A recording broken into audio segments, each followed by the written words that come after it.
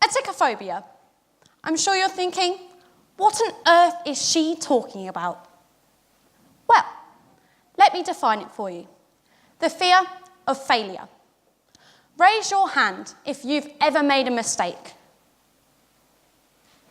Now, raise your hand if you've ever not done something because you were afraid of getting it wrong or not achieving what you wanted to achieve. I know I have.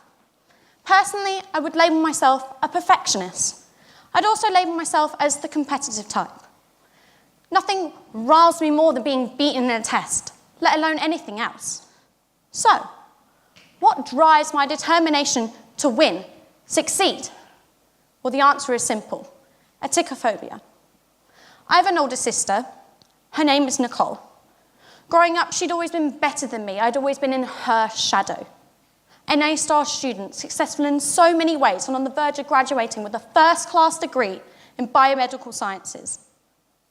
Do you think that someone like her is capable of making a mistake? Well, again, the answer is so very simple. Of course she is. She, like many accomplished people we look up to today, have all failed. For instance, James Dyson.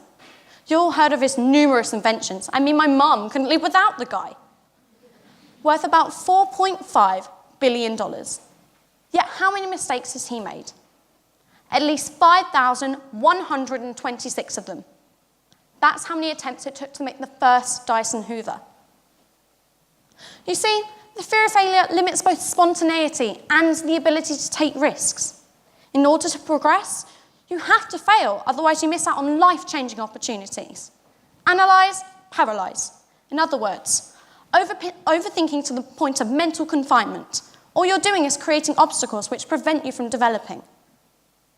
Do you allow your fear to prevent you from realizing an ambition to see the world just because you're afraid the plane will crash? John Green, author of The Fault in Our Stars, once said, "What's the point of being alive if you don't at least try to do something remarkable?" Your comfort zone may seem like a safe and pleasant place, but in reality, taking a risk is part of life. Without failure, there is no success.